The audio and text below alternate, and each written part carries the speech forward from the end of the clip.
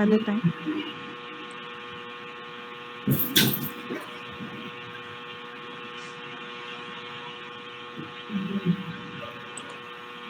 So, Ghanshyam sir is posted at Chhattisgarh, and you are doing a great job.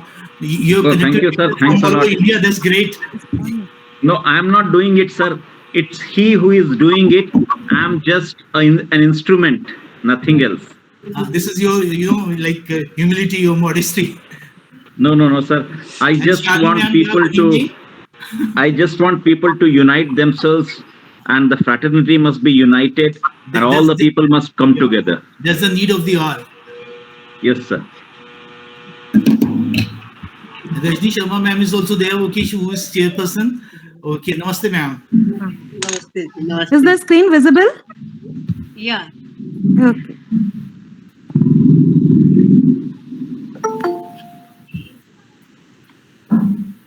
Huh?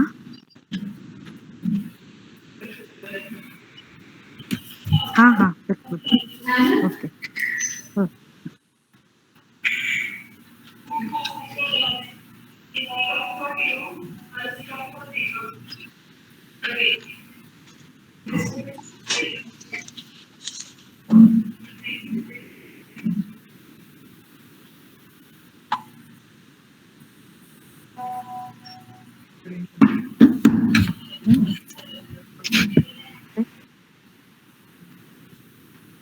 कर चुकी पहले.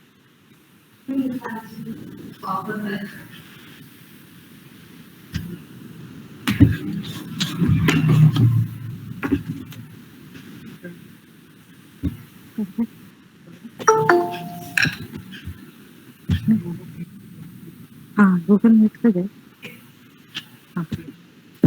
I think we can start the event now, isn't it, ma'am? Sarita, ma'am? Yes. Yes, ma'am.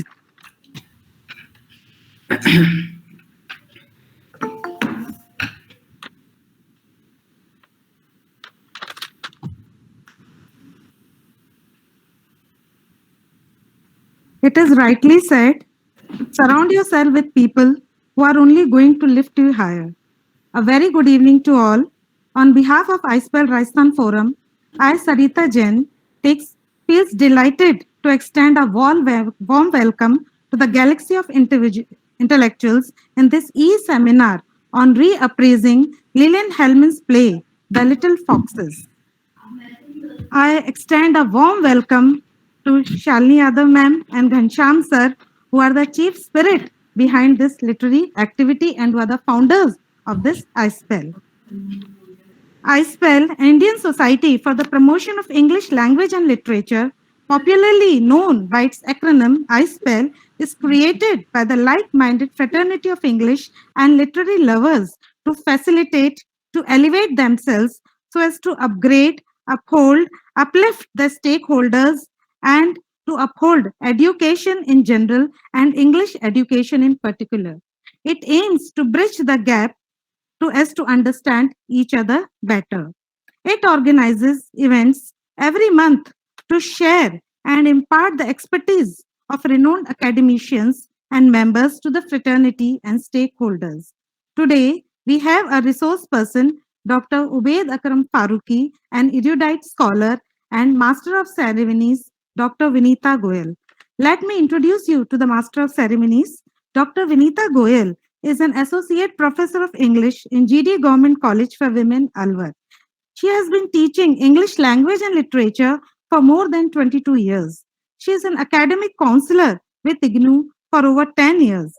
Her research areas is adaptation and language teaching methodology.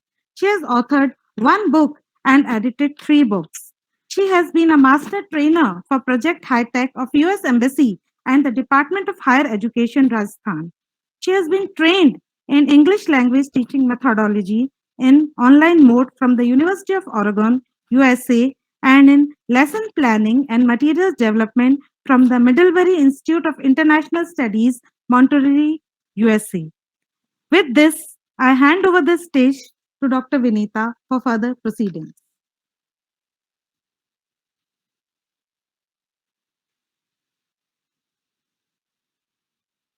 Vinita, ma'am.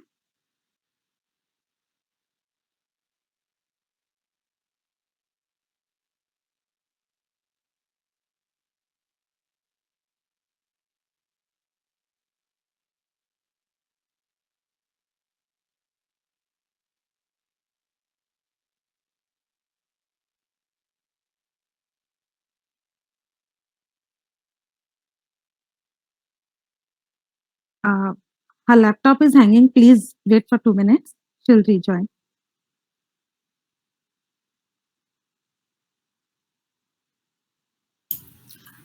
Good evening, Tiwari sir.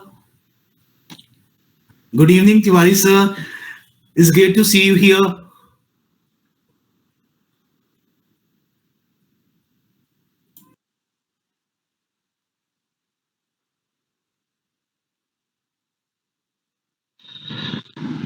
Hasina, is there anyone who can take up? You're muted, I think. Just a moment, sir. Just a moment. I'm just coordinating with Vinita. Yeah.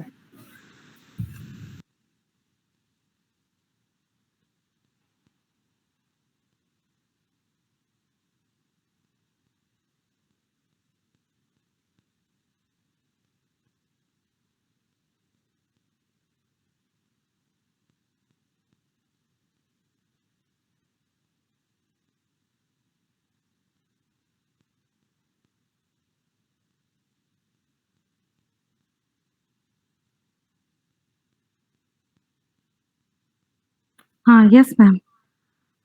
She has joined. She has joined. Yeah.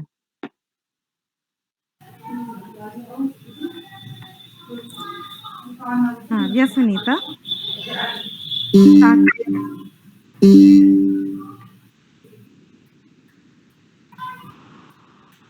Yes, ma'am. Yes, start.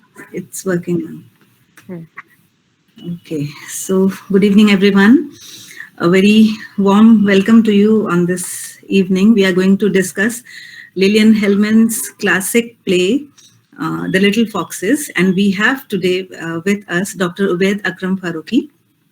Dr. Farooqui is a senior associate professor of English at Babu Shobharam Government Arts College, Alwar, Rajasthan. He has been in higher education for more than 25 years.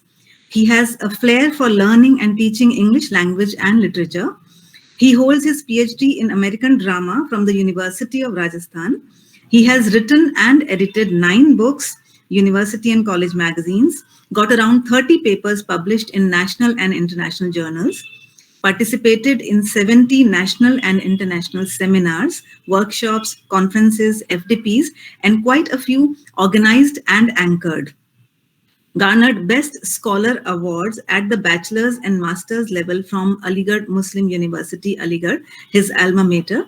He is a life member of Rajasthan Association for Studies in English, Jaipur, Social Research Foundation, Kanpur, and Inspira Research Association, Jaipur. He is actively engaged in research work, guides PhD scholars. His areas of interest are applied linguistics, ELT, American and British literature, women's writings, Urdu literature, film studies, Indian literature, etc. He runs a personal channel on YouTube and has uploaded more than 250 videos on English language, literature, and linguistics for his college and university students. He is an avid reader and tries to develop a similar habit in his students too. He makes great efforts towards the intellectual and emotional upliftment of his students. He firmly believes that along with the prescribed curriculum, students should also be taught good manners, etiquettes, and rich and healthy values. Besides teaching English language and literature, he also teaches soft skills to his students. He holds a certificate course in Global Skills Enhancement Program and is a trained Infosys BPO trainer. He has been a trainer of Rajasthan Mission on Livelihoods run by the government of Rajasthan. Dr. Farooqi's sociable nature and ability to work with any team in any media makes him a great colleague, an excellent human being, and an efficient teacher. We welcome you for this talk, sir, and we are very eager to listen to your deliberations. Over to you, Dr. Farooqui. Thank you so much, ma'am. In fact, what should I say? I'm feeling a bit embarrassed, and I don't know. I might get a sorry figure. I don't know. I'm a little nervous now because that was such a elaborate and I don't know. Like, where did you get it from? Like that one. Okay. Anyway, without wasting much time, I think many people have joined with us now. There are more than 25 members joined with us. So we can begin now. Isn't it, ma'am? Sarita ma'am is the Yes. coordinator. Yes. Yes. Please. Yeah, this is, I'm full of honor and admiration for the founders of the ISPIL Nation Forum, especially Dr. G.A. Ghanshyam, G, General Secretary of ISPIL India, for forming an excellent platform where teachers of English may gather together and improve and sharpen their creative and critical faculties. Well, I wish you all the literature enthusiasts associated with ISPIL all the best in their genuine endeavors. I am deeply obliged to the ISPIL team of Jaipur Forum for offering me its membership. I extend my gratitude to Reverend Professor Rajul Bhargava ma'am, worthy and esteemed patron of the Jaipur Forum, Professor Preeti Chaudhary, who I can see there, yeah, and Professor Sarita Jain, and yes, President and Vice President respectively of the Jaipur Forum. I see Hasina ma'am also. Good evening, Hasina ma'am. Yeah. Yes, I feel enormously indebted to Sarita ma'am, the event coordinator, for giving me an opportunity to speak to you all. In fact, she is the one who introduced ISPIL to me and me to ISPIL. I'm equally delighted to see Meeta ma'am, Hasina ma'am, Hasina Kabir ji, and yeah, these are the ones I can see, and Ghanshyam ji also there. Yeah, and Shalini ma'am, Tiwari sir, everyone who are connected. I'm profoundly beholden. I tell it from my heart, profoundly beholden to all of you for taking out your precious time out of your busy schedule to listen to my humble presentation. Thank you so much. Well, together we shall have a reappraisal of Lillian Hellman's play The Little Foxes. To begin with, a word about Lillian Hellman. Now, I would like to share my slides with the participants. So please allow me to share my screen so that I can be clearly and conveniently intelligible to everyone out there. Yes, ma'am, could you please?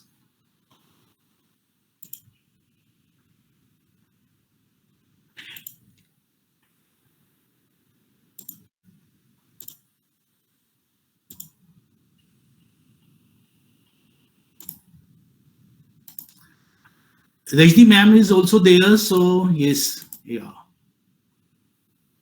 So I would like to seek her permission. May I begin, ma'am? Yes, yeah.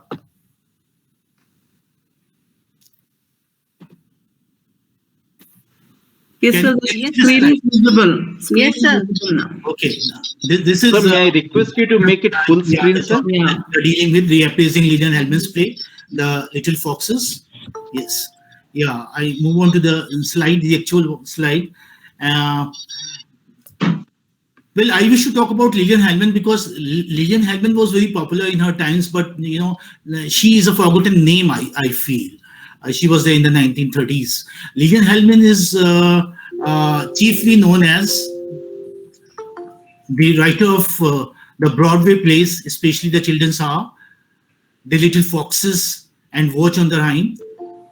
She emerged into a largely male-dominated field in 1934 with The Children's Hour, a play that drew out the literary establishment. Sir, may I interrupt? May I please make it full screen? The slide.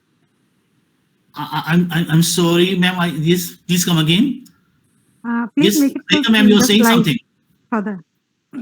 Sir, please play the PowerPoint in PowerPoint again. Slideshow. Please go to the slideshow.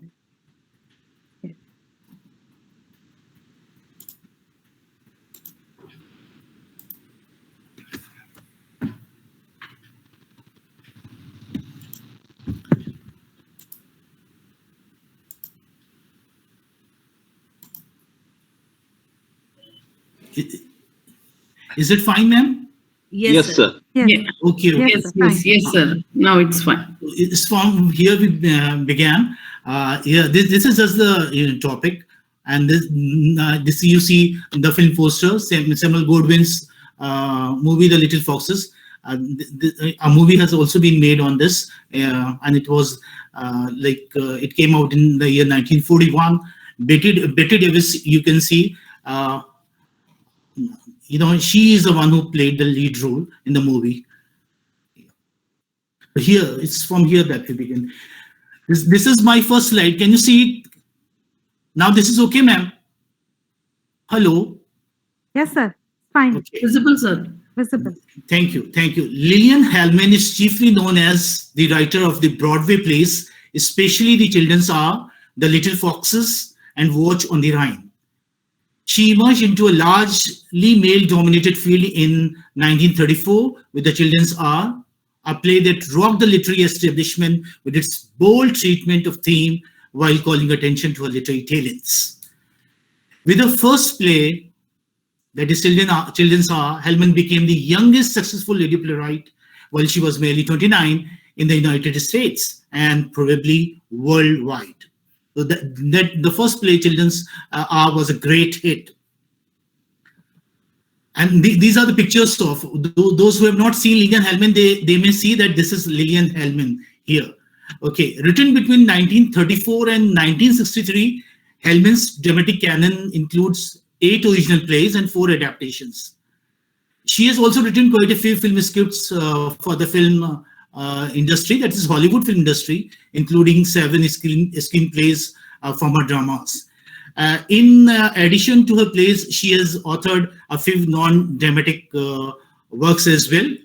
Well, yes. So this is my next slide. Being intensely moral, Hellman wrote her plays with a sense of righteous indignation. Yet greatly concerned and disgusted as she was with evils in society, her plays are, in a sense, studies in evil, and therefore the depiction of the conflict between good and evil is an indispensable feature of her plays. Hellman condemns avaricious despoilers and equally deplores those who merely stand and watch. I want everyone to pay attention to this line. Why? Because this is going to be the theme that we are going to discuss. The play.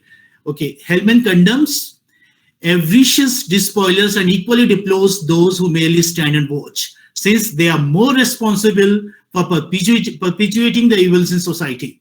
Therefore, neither victims nor victimizers, colonized or colonizers escape Hellman's criticism. She is vehemently against the despoilers also, the onlookers who simply stand and watch. Let me say a word. These are other 2 pictures of Lillian Hellman. Let me say a word about plays titled The Little Foxes. It's a symbolic title, as you can understand. And we all know the term foxes stands for cunningness, shrewdness. However, the adjective little is not that common and obvious, I feel.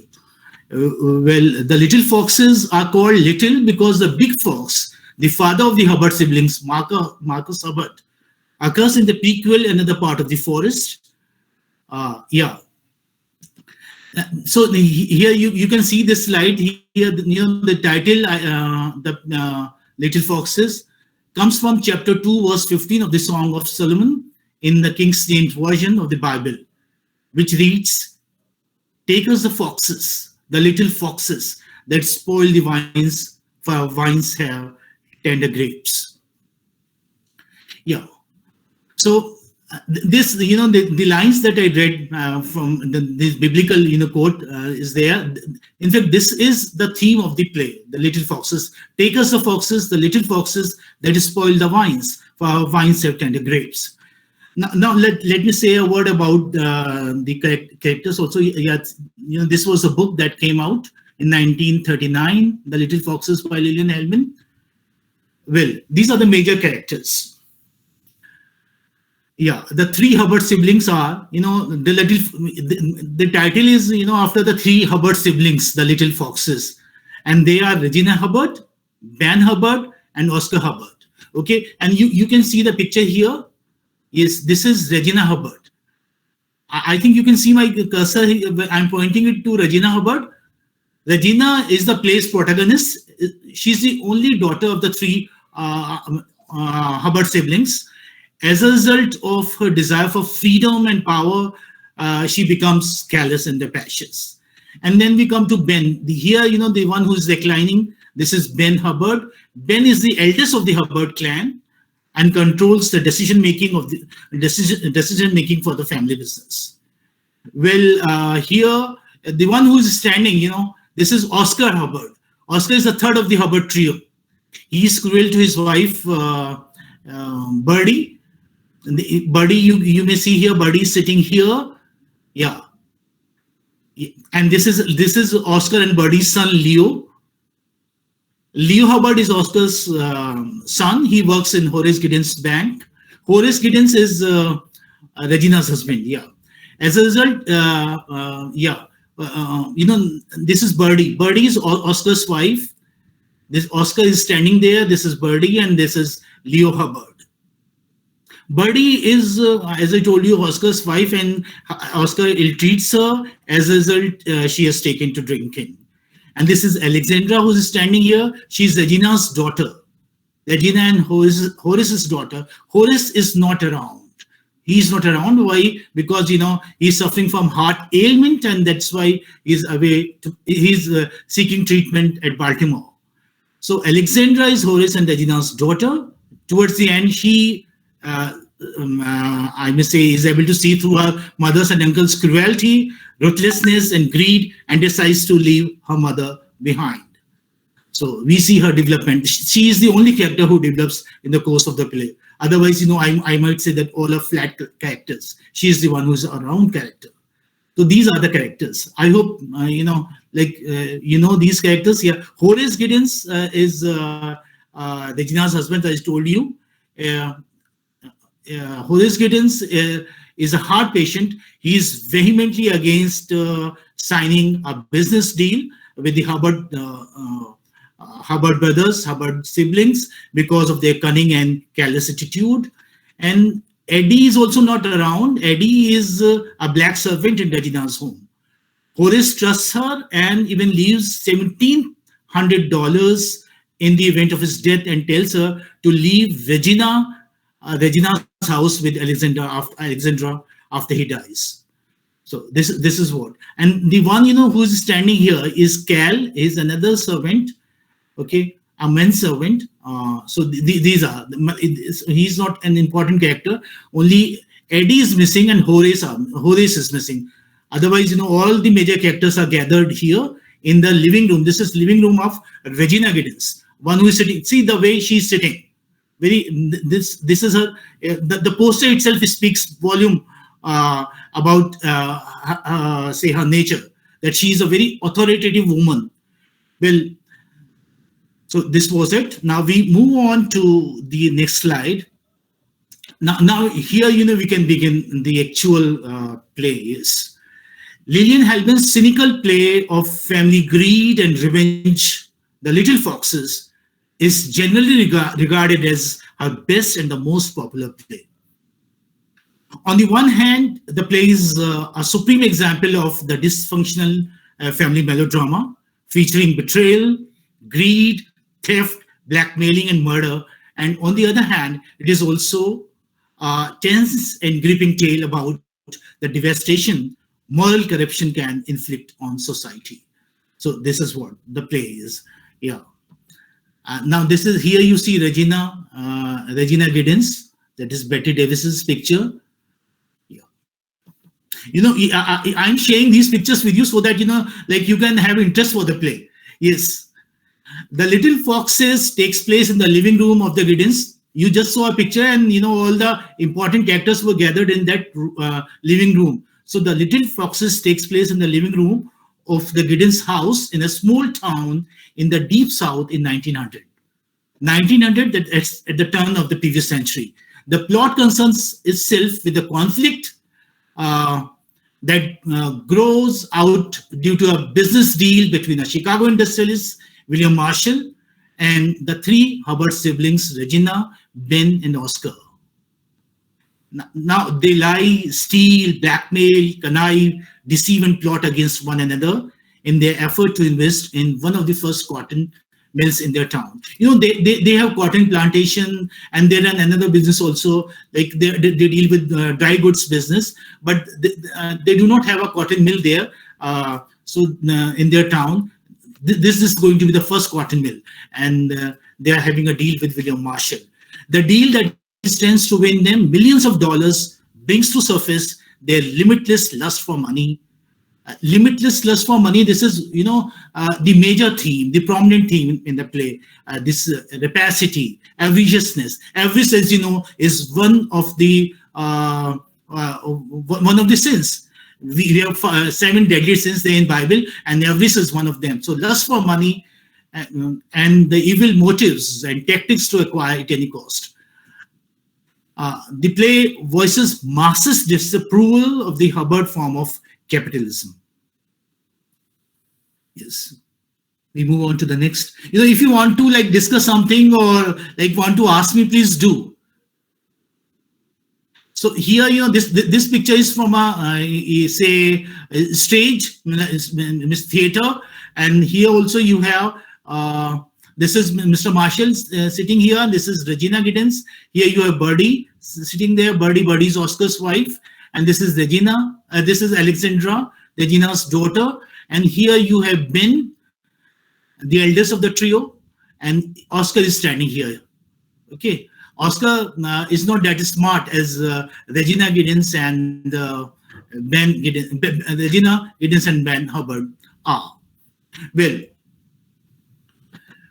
Ben and Oscar, Ben Hubbard and Oscar Hubbard, that means the siblings of Regina Hubbard Giddens. Ben and Oscar have ample money with them because they have inherited their father's wealth.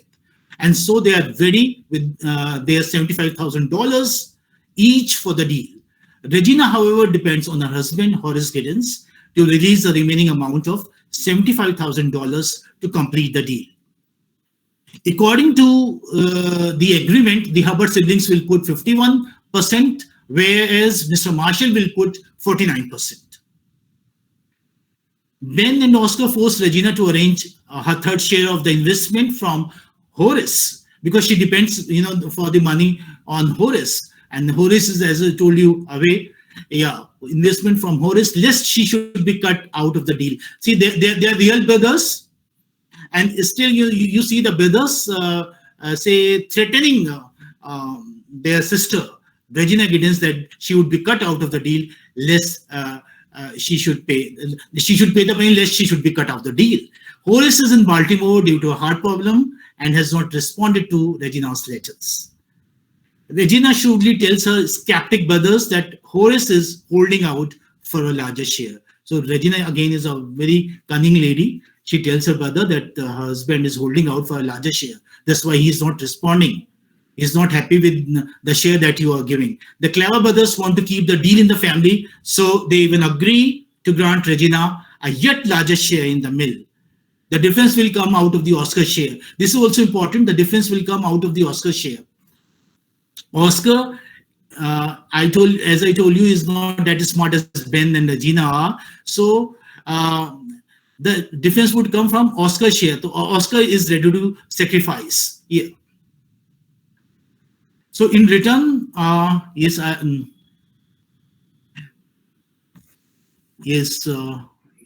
In return, Oscar wants Regina's daughter, Alexandra, to marry his son, Leo. Regina agrees to think about this alliance. Now see, Regina is, for the sake of getting the largest share, the loin share in the deal, she is agreed to barter even her daughter, Regina. So she agrees to think about this alliance. And see the kind of, intrigues or tactics they adopt, the three siblings. Yeah. 1 week later, the family anxiously awaits Horace's arrival. I must tell you here that Regina has sent her daughter Alexandra to Baltimore to bring back Horace home. So 1 week later, the family anxiously awaits Horace's arrival. In desperation, the brothers formulate a plan to get Horace's money without his consent, because they feel that Horace is probably not interested in having a share in the deal. So what have they have like crafted a plan with Leo's help. Leo works in Horace's bank. So with Leo's help, they steal bond worth $75,000 from Horace's safety deposit box. Since these bonds are negotiable as money, Oscar takes them to Chicago to fulfill the missing third share of the investment. In doing so, the brothers cut Regina out of the deal. See, what do? Like, they have stolen the bonds negotiable as money from Horace's safety deposit box, and they have now decided to cut Regina out of the deal. So how mean you can understand the siblings are. They plan to replace the bonds before Horace finds them missing. Okay. So finally, Alexandra reaches home along with Horace. He appears pretty weak and fatigued. Alexandra looks around for Aunt Birdie and not for her mother. Now Alexandra is very close to Aunt Birdie, that is Oscar's wife. Alexandra looks around for Aunt Birdie and not for her mother. Horace then asks Eddie why he has been called home despite his serious illness. She tells him, that is, Eddie tells him about Hubbard machinations and manipulations to become filthy rich and their weird plan of marrying Alexandra to Leo. Regina enters and greets Horace with a warm kiss. And unable to resist her selfish motive, she forces a discussion about the deal. See, Horace has just arrived from the hospital, and like she doesn't wait. And she starts discussing, having a discussion about the deal. Regina is, I must say, is absolutely unconcerned about Horace's health, and as you see, immediately argues with him about the money that she needs as a share for the deal. Now here you see the family. This is Regina Giddens, and Horace has arrived home. This is Alexandra, and since like this is a very uncomfortable situation in the sense that he needs rest. He has come after a long journey, and that's why Alexandra, the daughter, wants him to rest. But here Regina is discussing. That's why he has a discomfort on his face, and Alexandra is also not feeling good. Yeah, we move on to the next slide. Contrary to Regina's expectation, Horace refuses to finance the Hubbard's entrepreneurial scheme. He accuses Regina of bartering her own daughter to help seal the deal. Horace has no interest in joining the Hubbard siblings in exploiting the cheap labor force. He vehemently protests against his wife, Regina. Now, otherwise, Horace is a very cool, subdued kind of husband, not very aggressive. And it is the first time that we see him speaking in the course of the play. He says, "I'm sick of you, sick of this house, sick of my life here. I'm sick of your brothers and their dirty tricks to make a dime. Why should I give you the money? To pound the bones of this town to make dividends for you to spend? You wreck the town, you and your brothers." You can understand, the way he speaks and the choice of words and all. So how does he feel? Well, this is now here. These are three Hubbard siblings. Regina is having a discussion with Horace, her husband, about the cotton mill that they want to establish there in their town. And at the back you have Ben Hubbard. Just see the gesture on his face, because he's not agreeing. That's why he's making such a face. And there you see Oscar at the back. Okay, so well, the last act takes place 2 weeks later. By now, Horace has come to know that Hubbard brothers have stolen the bonds from his safety deposit box to finance his share of the deal. In the meantime, Horace visits his bank, and there he finds his bonds missing. So when Regina shows in, Horace declares that they have, after all, invested in the cotton mill. Regina misunderstands the ironic statement and feels jubilant to think that Horace has finally agreed to join the deal. However, Horace refuses to take any action against Regina's brother. He knows that they have stolen the bonds, yet he has refused to take any action against Regina's brothers, and he would rather say that he lent the bonds to Hubbard brothers, so Regina will get only the bonds in his will. Otherwise, if they had not played this trick, probably Regina would have got the entire property of Horace. But he feels he is able to see through the Hubbard siblings, and so he is not happy, and he says that you will get only the money that was there in the safety deposit box. That is only $88,000, not beyond that. So, hoping to ensure the independence of Alexandra and Eddie, he plans to leave $1,700 to Eddie, that is the black maid, and the rest and the much larger amount to his daughter Alexandra, so that she can escape the town, the family, and more importantly, forced marriage with Leo. Leo is Leo Hubbard, Oscar's son. So here, the wife and husband are sitting together.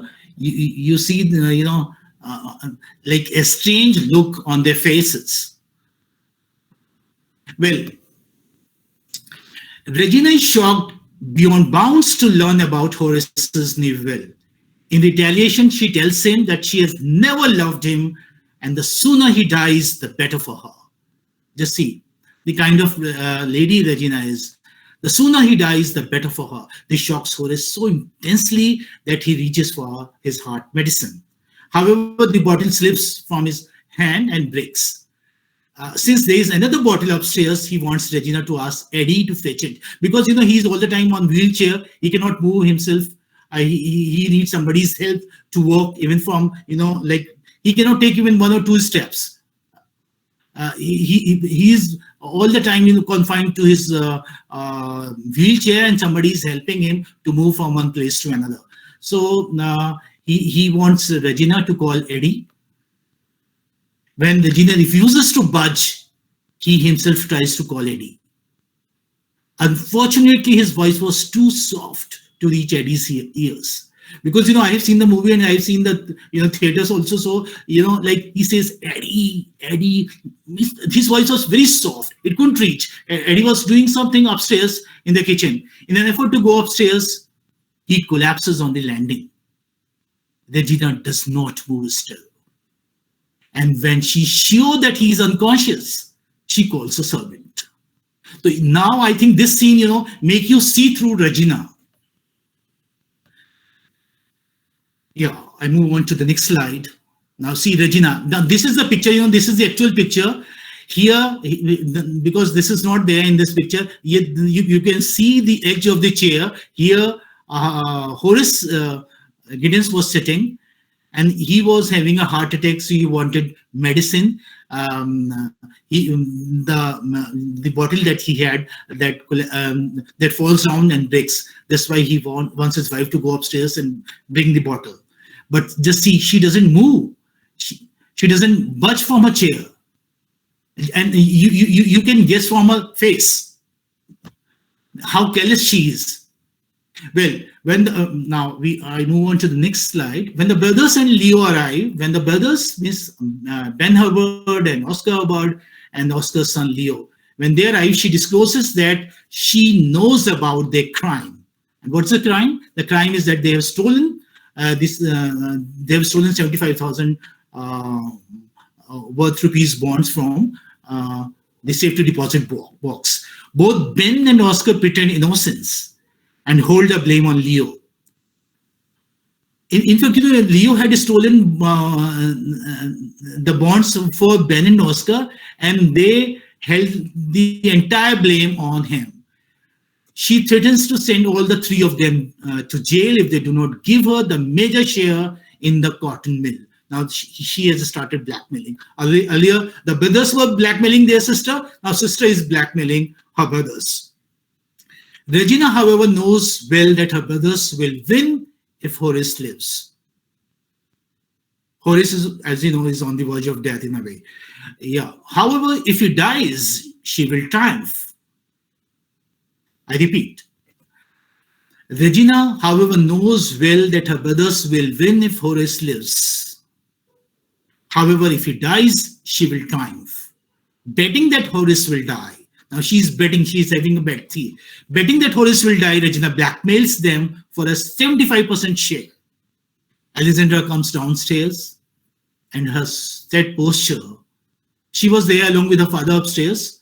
Okay, and her set posture announces Horace's death and Regina's ultimate victory over her brothers. Now, Horace's death scene, I must tell you, is the best scene in the play because the playwright, Lillian Hellman, has beautifully worked it out. And you know, it's a beautiful scene. If you watch it, then the movie, this has been beautifully directed by the director also, Samuel Godwin. Yeah, now I move on to the next slide. Now here you see sweat on his face, so he's having a heart attack, and yet he's having a discussion about the deal.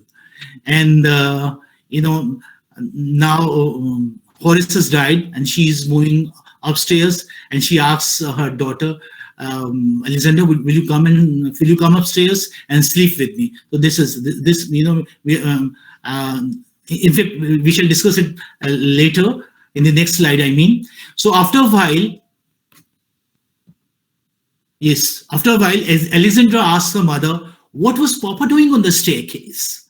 Because she knew Papa couldn't go himself on the staircase. So what was he doing on the staircase? Regina, however, avoids the answer. After Oscar's departure, Ben shares Alexandra's suspicion about Horace's death and thus threatens to use it against her sister at the right moment. Yeah, use it, the defect behind Horace's death, against her sister at the right moment. So you can see that he, in fact, threatens him and blackmails away. This is a kind of silent blackmail here. As a result, Alexandra now hates her mother and does not wish to stay with her anymore. Before retiring, Regina almost timidly asks Alexandra, you saw there in the picture that I shared a moment earlier, would you like to sleep in my room tonight? Alexandra replies, are you afraid, Mama? And the curtain falls. The play ends here. So, like, you know, remember after murdering King Duncan, Lady Macbeth had murdered her sleep? So, probably Regina Giddens might undergo a similar agony, I feel. We can only imagine. Maybe, you know, he's more callous, so nothing would happen to her. I know, I don't know. She's like one of the witches of Macbeth. Well, I move on to the next. Yeah, here you see Regina. In fact, you know, my main motive was to discuss the Regina's character because that's very fascinating.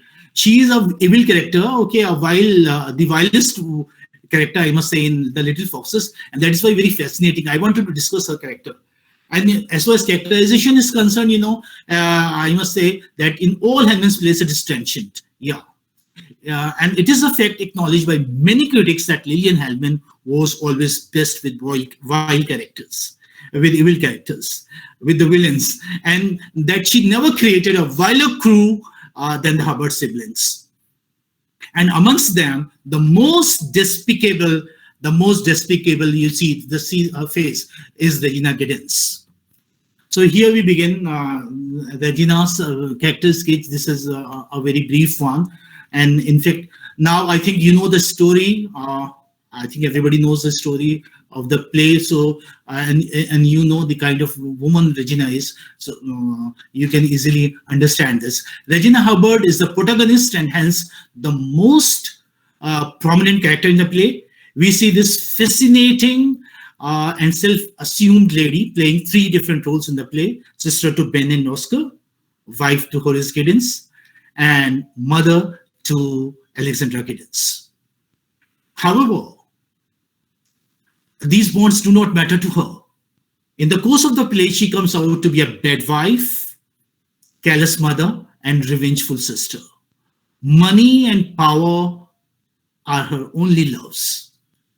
As the matriarch of the Hubbard family, Regina Hubbard Giddens is one of the evilest character in the history of American drama.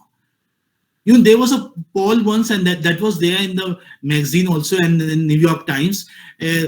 Like this was there were 50 wild characters, the vamps, I must say, and Betty Davis stood 40th in that rank. So this is one of the evilest characters in the history of American drama. The personification of selfishness and greed. She's a woman who knows what she wants and is out to get at any cost. To achieve success, she keeps emotions in check. Just see the posture, the way she's standing here. Okay, in the process, I must say, her ruthless villainy ultimately calls to mind Shakespeare's Lady Macbeth. Both are ruthlessly ambitious, masculine, unsexed, and power-hungry murderesses. Yeah, I would call her a murderess. Why? Because she's responsible for her husband's death. Means she could have stopped this thing to happen, but in fact she did not give him medicine. As a result of that, he died. So she is a murderess. In fact, the most significant difference between the two is that Lady Macbeth is a loving wife, whereas Regina is not. Lady Macbeth, I must say, unsexes herself for her husband. However, Regina for her own self. Well, however, Regina's before I come to this slide, I must say one more, because I feel most of the participants over here I see are in fact lady participants. So I want to see this Regina's character from feminine point of view, I must say. So we may not outrightly condemn Regina if you look at her from the feminist perspective. Like her aspirations were elegance, wealth, social dignity, public respect, etc. Every woman desires, isn't that? She says to Ben, Ben, if Papa only had left his money. Regina, being a daughter, has been denied the power that inherited money provides to sons. Regina, I must say, is as rapacious, as avaricious as her brothers are, because she too is one of the little foxes, and hence she understands that grapes are to be seized, not shared. So, what do you say? We can have a discussion on this later on once I'm done with this. Okay. So here, in this slide, you see the good characters here. They are the good characters, but they are weak ones as well. So in this play, pitted against these unscrupulous Hubbards are some good but weak characters. So who are the ones you have? You have Birdie here, who is pouring wine in a glass. Because he's entreated by her husband Oscar, so she has taken to drinking. Yeah, and here you have Eddie sitting there. This is Alexandra and this is Horace. These are the four good characters, but they are weak. And here you have Alexandra's boyfriend, who doesn't have a major role to play. That's why we are not having any discussion on him. Yes.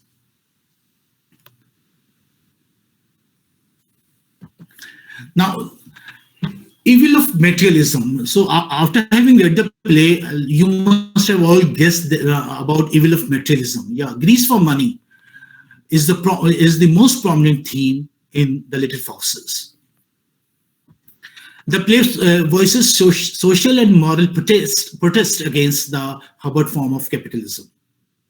Like we have the term malapropism from Mrs. Malaprop. Same we have the term Hubbardism. Hubbardism is like, who are, say, avaricious, who are rapacious. For rapacious, the word Hubbardism is used. So the Hubbard siblings are driven to excessive greed to seek more and more wealth despite the comfortable financial stability. Brothers, husband, children, nobody matters to these avaricious siblings. The only thing that keeps together is money, although the spring of human affection has completely dried up in them.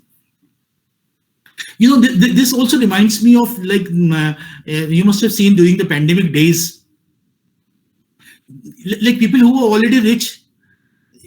I'm talking about the oxygen cylinder. They were scarce, and they were sold at very high rate, inflated rates, and those who were needy were not given. So those who possess money, they in fact do not share their money or their wealth with the poor. We do not see Marxism, because Marxism was prevailing at the time the play was written.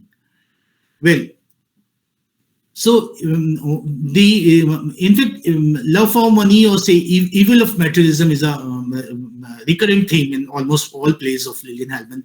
In this play, the conflict is not between good and evil, but it is evil versus evil, and evil is ultimately triumphant. Because as I said earlier, and you even saw the four good characters sitting there, the good characters are merely onlookers or commentators.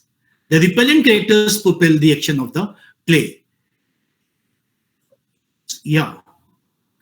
So if Hellman condemns the rapacity of Hubbard's siblings, she also does not approve of feelings of apathy and passivity in Horace and Birdie. Hellman demonstrates that apathy exists a price. Those who fail to strive against evil are devoured from inside. Okay. Because of their physical, social, and emotional weakness, all the so-called good characters perpetuate the evil instead of curbing it. So by deliberately depriving her audience of a powerful avenging character, Hellman suggests a cynical attitude towards the state of affairs in the South 1900. That is the year of play's action. Yeah. So in fact, I have just added an hour before this slide, because this wasn't there. I thought of discussing this with you. Okay. Yeah. So like by now you may understand that the play is a protest not only against the Hubbard form of evil, but it is equally a protest against those who perpetuate evil because of their weakness and passive indifference. Because some people feel that it's they are safe as long as they are not affected by the evil, but that's a very wrong attitude. This apathy is not a good thing.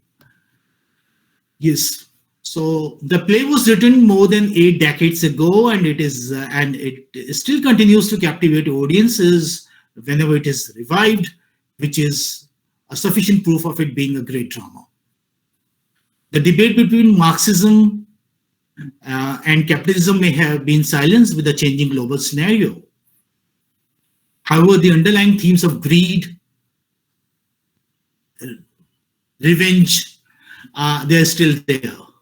Yeah. So this was it. We may have a discussion. I am almost done. I honestly say the underlying themes of greed, revenge, and passivity continue to strike a responsive chord in audience.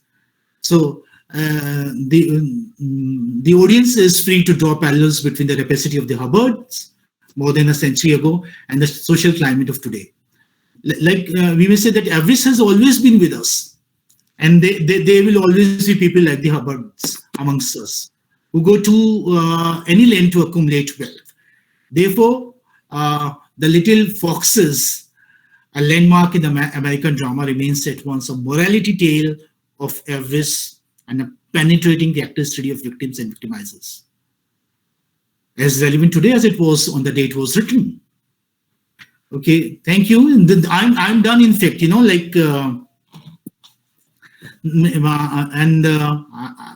if there are queries, please come with your queries so that we can have a discussion. I don't know whether you like the play or not. Thank you, Farooqui sir, for this very informative talk. And see, I have no qualms in admitting the fact that I have not read this play. And when this talk was scheduled, so then I started reading about it. I had not read it. I did not know. That means you were reading it while like I was discussing it. Yes. I searched the internet and I know about the story, but I have not read the complete play. But you have discussed it in such. I'm taking it as positively, means I'm like, I would say that I could arouse interest in you, so that you were instantly interested in like knowing about the play. Yes, And I would yes, suggest please watch the movie also. Yes, yes, please go I ahead, will ma'am. definitely do that, sir. And it has been a very enlightening and informative talk. And now I would like to request the participants to ask their questions if they have any queries about the play, or they want to discuss certain aspects of the play. Kindly go ahead and ask your questions, or you can even type your questions in the comment box if you don't want to ask directly. Dr. Indrani MR says that it has been a very informative presentation, sir. Oh, thank you, ma'am. Thank you so much. Any questions?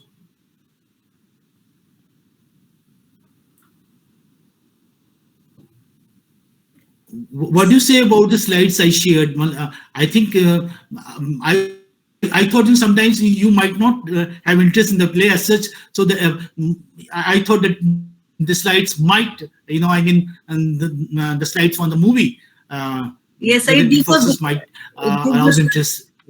certain visual reference to the story. Yes, when we have not read the play, Yeah. so it does give a visual reference. Sir, this is not a question, just a comment. I would like to know your views about it. Said you have said that this talks about evil versus evil, and it is about the ideological or the battle between the differences between Marxism and capitalism. And that in the last slide you said that this battle has, it has lost its significance, it has died out. But don't you think, sir, capitalism is still there in different forms? And the equality that we dream of, it is still a far-fetched dream for the whole world. So Yeah, we would yeah, like I agree with you. Yeah, is there, is there. But like when the play was written, the backdrop of the play is Great Depression. So that time, it was very acute. This this battle between capitalism and Marxism, yes, because Marxism was also in vogue, and these writers, Lillian, Hellman, and Hemingway, and Clifford, Odets, and all, they were all, taking sides with Marxism, and that is why there were cases against HUAC, House of Un-American Activities Committee, in the year 1952. So yeah, you're right. You're absolutely right that this capitalism is there with us, and in fact, this is something. This sin is something that this never dies out from this society. This is always there. And I said that here there is a battle, evil versus evil. Why? Because you do not have good characters. There is no avenging character here. These good characters are very weak. They are simply onlookers. They are just spectators. They are not as powerful as the evil characters are. So in fact, the battle is between the Hubbard siblings only. So they are all evil. So sometimes the brothers are trying to subdue their sister, and sometimes it is sister who is doing vice versa. So this is what I said. So it is evil versus evil. It is not evil versus good that we have usually in plays. And good is victorious. We do not have poetic justice as such, as we have here. There is no poetic justice. She has presented, what was there. So this is a realistic picture of the 1900 Deep South.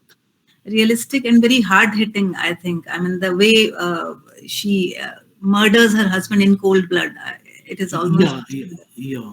But here, Vinita ma'am, I would like to say, since she did not have any share in her father's property, she was deprived of that, and the brothers got. That's why she completely depended on her husband, and her husband was not interested in having the deal.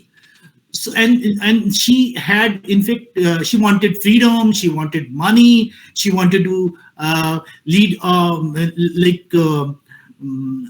a free life there in Chicago. That's why we see in pictures. I have not discussed that point. She openly flirts with Mr. Marshall, who has come to establish a cotton mill there in the Deep South. Yes. Yes. Yes, any Are there queries from other participants? Meeta ma'am, thank you so much for showing interest. any more questions from our participants? Please go ahead and ask something. We want to have discussion. Sir, it was a wonderful presentation, and moreover, you have thrown light on various aspects related to the play. And it's not a kind of a play which I think many of them have read it. As Vinita ma'am was telling, after your scheduling the details of your talk, she started reading it and she started going through it.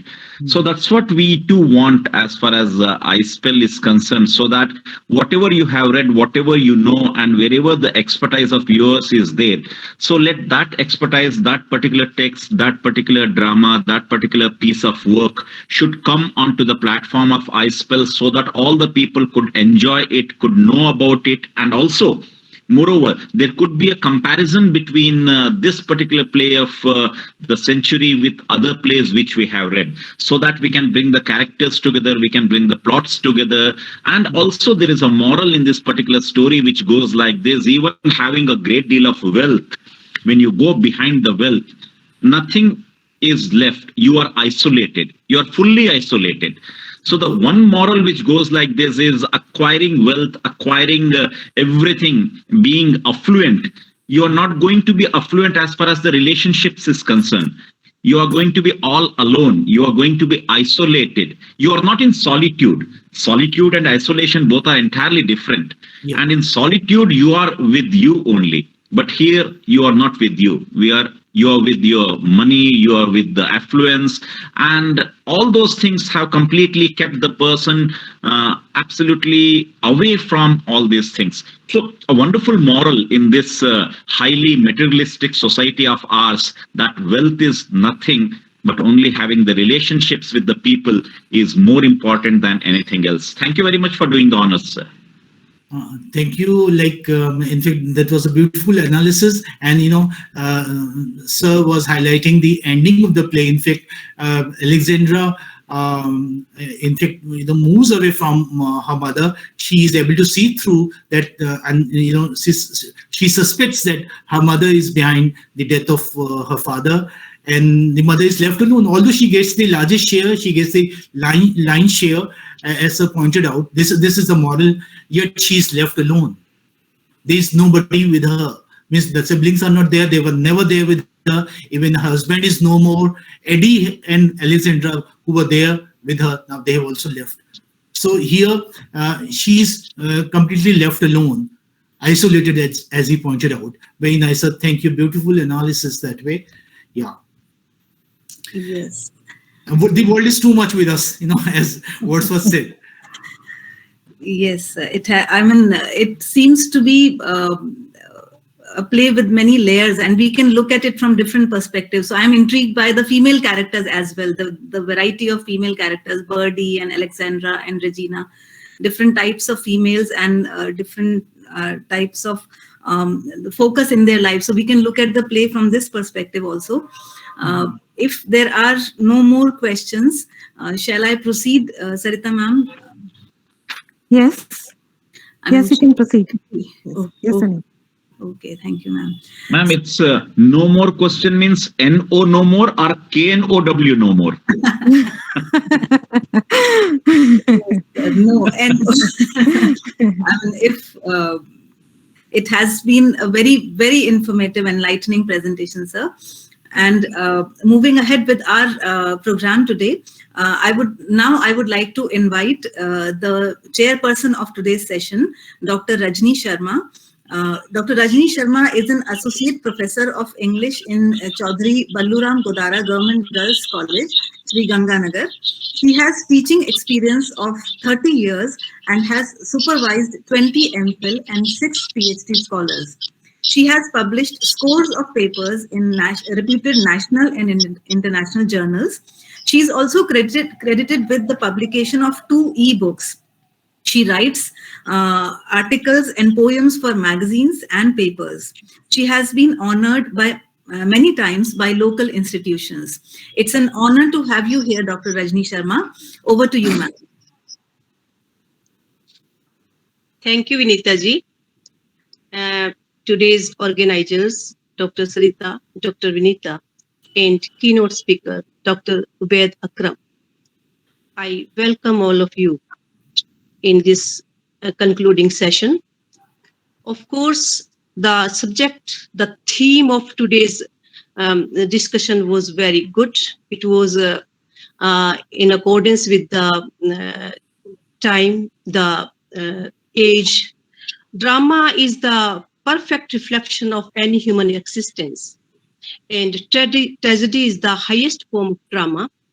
It is the beginning of intellectual and aesthetic tasks.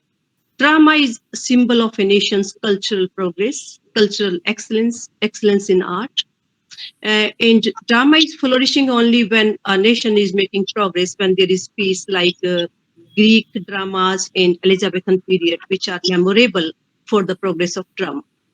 As far as the drama you have chosen, American drama, the dramatist Lillian Hellman, that is, and the appraisal of it, reappraisal of it, it is the demand of the time, I think, because drama in America flourished in 20th century only, and its history, the history of drama is as old as America itself. And American dramatist is writing such a great tragedy, we can call it domestic tragedy also, where all the Aristotelian concepts are there. The concepts, hamartia, anagnorisis, everything is there.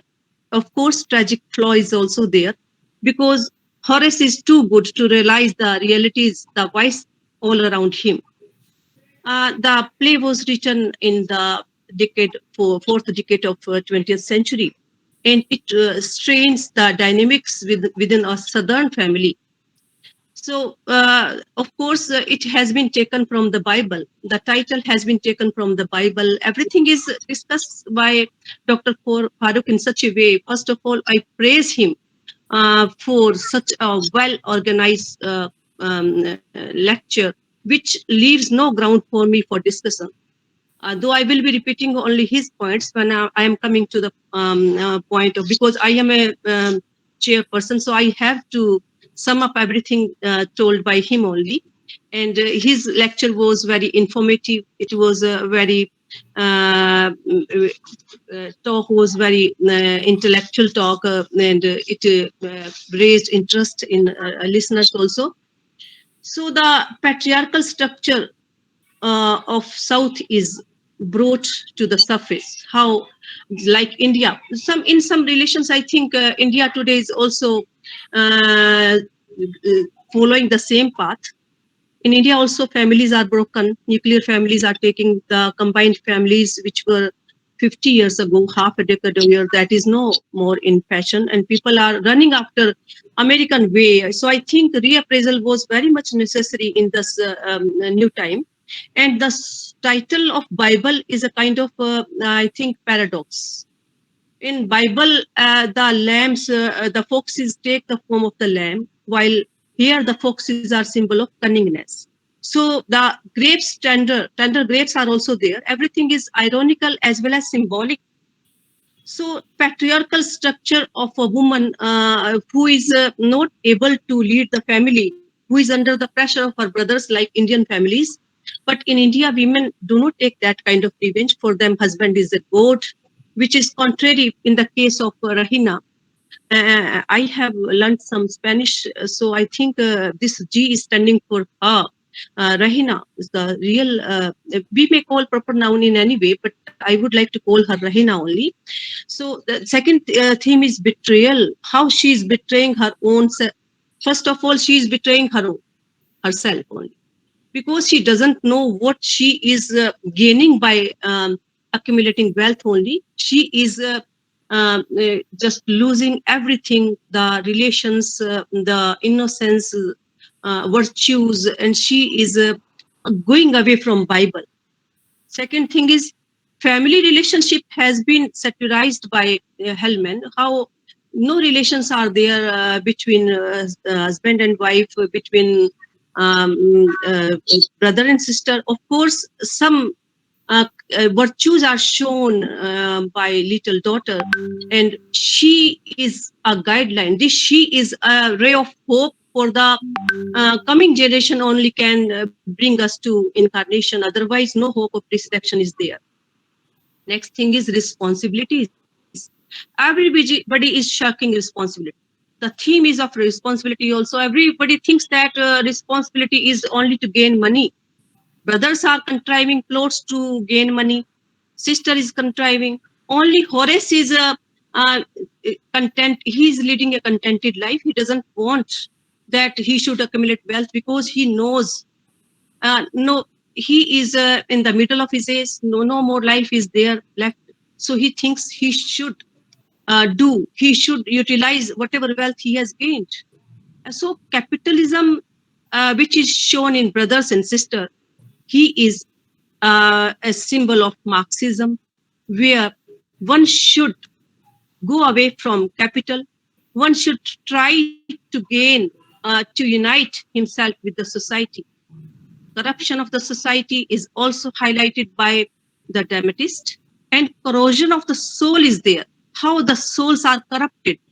We are reminded of Ibsen's play, in which A Doll's House, in which the protagonist is taunting. He is also a male, and he doesn't want his wife to be corrupted because she will give birth to corrupt children only if she is having any wrong thing in her life.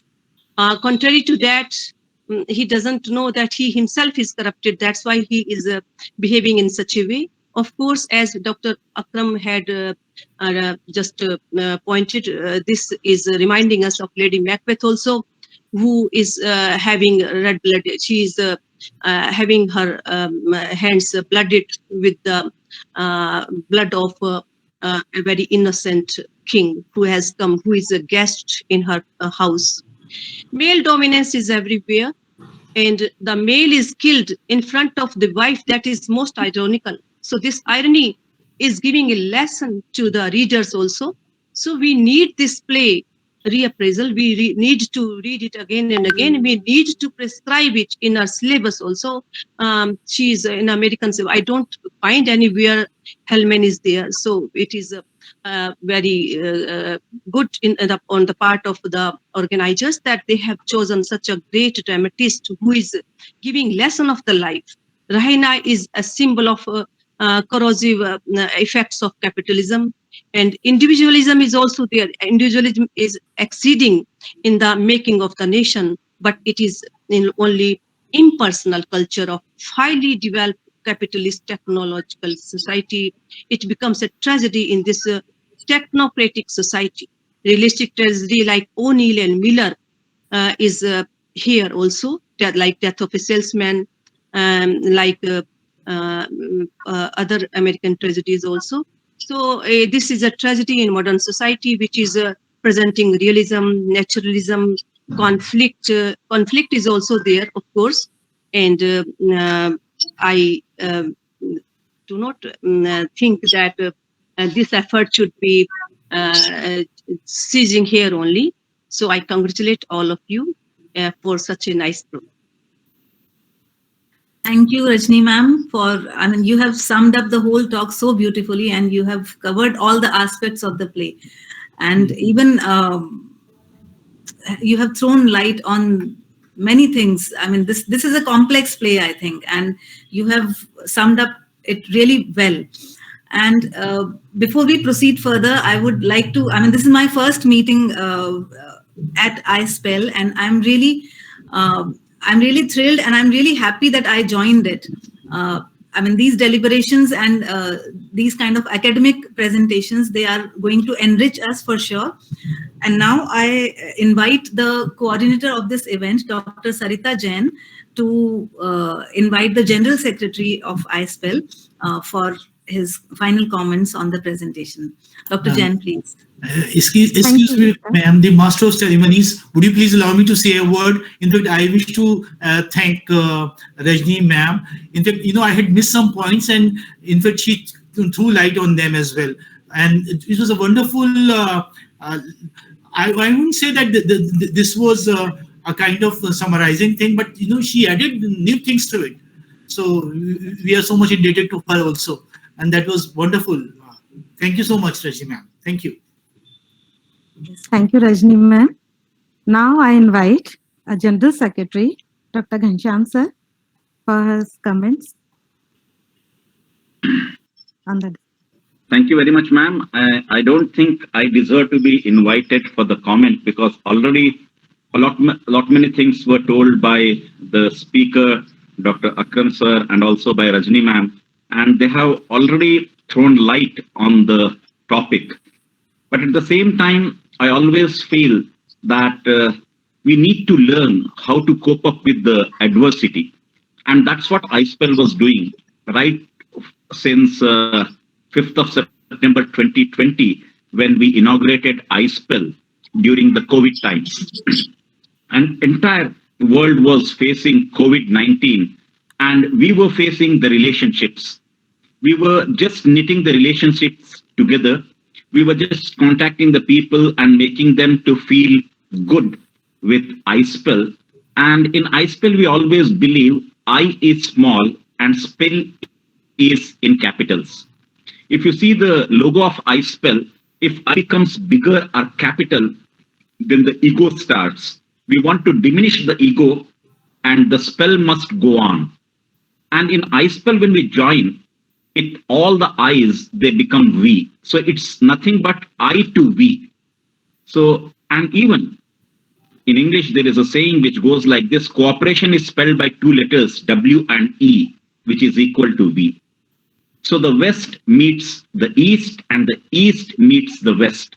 So that's what union is. That's what collaboration is. That's what cooperation is. That's what coordination is. And ISPEL is doing the same thing, coordinating with the people, collaborating with the people, communicating with the people, and making people to understand one thing. If we are going to facilitate ourselves and others, we are going to elevate ourselves and others. And it's a community development. It's a development not of the individual, but of the society, but of the community to which we belong. And that's why this platform has been created, so that we can listen to the people like Dr. Farooqui, and we can even enrich ourselves. By the way, we can become the richer people in the days to come as far as academics is concerned, not of the materialistic ways, but as far as the academics is concerned. So in a way, ISPEL is a platform for all these things, and we have 7 individual forums in different parts of the country, and soon we are going to have many more forums. So this shows that people are associating with us, they are coming together. And one thing what ISPEL hasn't done till now, and which will not do even in the future also, is providing certificate to the participants. Because we have seen during the COVID times webinars, there is a suitcase of certificates. One person joining 30, 40 webinars in a day. And when I went to one of the mock visit in one of the college, the principal told, "Sir, our faculty member has a record, world record." I said, "Of what?" "Attending webinars." I said, "How many?" He said, 1,000 webinars. I said, "How can it be possible for a person to attend 1,000 seminars or webinars?" Maybe she might have logged on with 4 gadgets at a time and paying attention to none. So we wanted people not to give certificates because we are not the people to certify them. Every individual has the capacity to certify himself or herself. We only provide the platform. We only give them to facilitate themselves and elevate themselves. But we are not going to certify an individual because the individual has immense capacity to certify himself or herself. So with this, I really congratulate Dr. Farooqui for throwing light on a topic which was not taken, which was not even the cup of tea of many of us, but he has made to make it a cup of tea in the years and the future to come. Thank you very much, sir. Thanks a lot. With this, I invite the forum president, Dr. Preeti Chaudhary, to enlighten us. Ma'am, please say something. Thank you, Sarita ma'am. And I am just spellbound to enlighten anything about. I myself am enamored and enlightened with Sir's talk. So, Dr. Farooqui, you elaborated it really well. And even I myself was unaware of Lillian Hellman's play, The Little Fox. And I would certainly ask my students and myself to go about this play. And I would like to thank the coordinators, especially Sarita ma'am and Vinita ma'am, for getting us here to get us surprised with such a important text and of 1930s and especially this writer, which we have been sort of like we have been ignoring her. So it's again a call from your side to like motivate our students to get to know about this play. And thanks a lot to Ghansham sir and Rajni ma'am for joining us here, and to all the participants, to Hasina ma'am for coordinating it also well. So I'm just thankful and obliged to be here and a like fellow passenger of this journey towards enlightenment. Thanks a lot. Thank you, ma'am. Thank you, ma'am, and thank you, Ghansham sir. Hasina ma'am, would you like to say something, ma'am? Actually, my part has already been covered by Preeti ma'am. All the common things that I was planning to intend to say, she has covered it.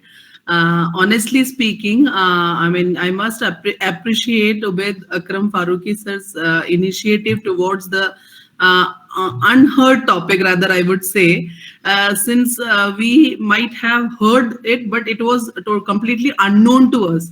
So it's again a new concern in the field of literature to, you know, to just open all the doors of, you know, unheard and unknown things.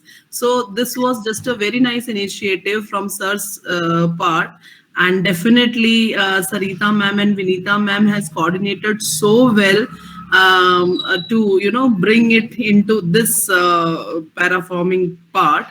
And moreover, Rajni ma'am has also covered all the rest of the, you know, additional value points, which has added cherry to the cake. So it was really a very nice session, sir. And I could see, although we don't have much participants here today, I'm sorry for that, but still those who were here might be definitely they might have goosebumps, and you know, they might be spellbound to hear this new I mean, the way you have presented the entire play and made it interesting for all of us. And definitely I'm also planning to watch the movie as well, just as you said. So this was really a very nice session, insightful rather. Thank you so much, Preeti Chaudhary ma'am. And I mean, I would like to request Shalini Yadav ma'am, if she is there, just to say a few words. Yeah, she has left. She has I would have left. invited her, yeah, but she's Okay, left the meeting. Okay, fine. Okay, ma'am. Then I think. And we would like to like inform everyone here that she was the actually it was her brainchild, this I Spell Jaipur forum, Rajasthan forum, I'm sorry. So it was her brainchild and her efforts. So we consider her as a founder of Rajasthan forum. So we actually are indebted towards her and Ghansham sir for bringing us all here in such a way and for coordinating us so well. Thank you, I think I Ghansham should sir. announce the Once again. certificates now. Yes, ma'am. Please go ahead. Okay. Thank you to all the coordinators, because indeed it takes a lot of time for you to collaborate and to bring people on the platform, and you need to do a kind of a homework also. And really, you people are doing really good, because Jaipur is very well known as far as literary events are concerned. Now you are bringing entire Rajasthan into the literary events, which proves itself that yes, this is called as women empowerment. Thank you very much for that. Just a little query here. See, since I am new to iSpell, and honestly speaking, I had not heard about it much. So is there any web page or anything online, which we can share with others, and we can ask them to, we can spread the word? We have a Facebook page, ma'am, and also an Instagram page. I'll share the details with you. Okay. In case if you want to share, and the link is also, I'll provide you the link as well so that you can add more and more people into it. Okay. Thank you, ma'am. Now it's time to present the certificates. This is for resource person, Dr. Ubaid Akram Farooqui, for his contribution as the keynote speaker on reappraising Lillian Hellman's play, The Little Foxes, organized by iSpell Rajasthan Forum. Next is for Dr. Rajni Sharma, for her contribution as the chairperson of the event, Reappraising Lillian Hellman's play, The Little Foxes, organized by iSpell Rajasthan Forum. This is for Dr. Vinita Goyal, for her contribution as the master of ceremonies of the event, Reappraising Lillian Hellman's play, The Little Foxes, organized by Rajasthan iSpell Forum. And this is for me as the coordinator of the event.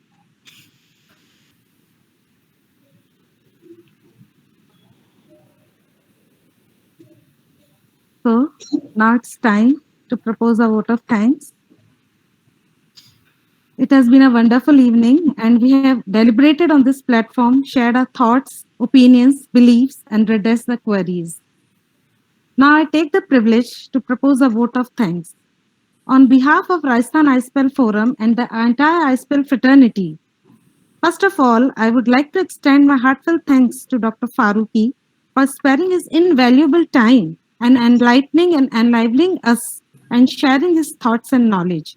I am sure the participants must have been benefited and they will take away something new. Next, I express my deep gratitude to Ghansham sir, who is the chief motivator and the steady support in this academic venture.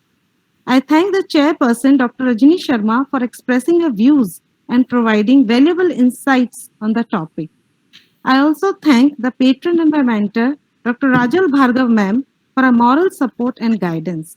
I wish to express my sincere thanks to Dr. Preeti Chaudhary, President of the Forum, Ms. Hasina Kabir, Convener of the Forum, Dr. Shalini Yadav, who is the founder member of this Rajasthan Forum, and Dr. Vinita Goyal for rendering the unflinching support and cooperation at every step.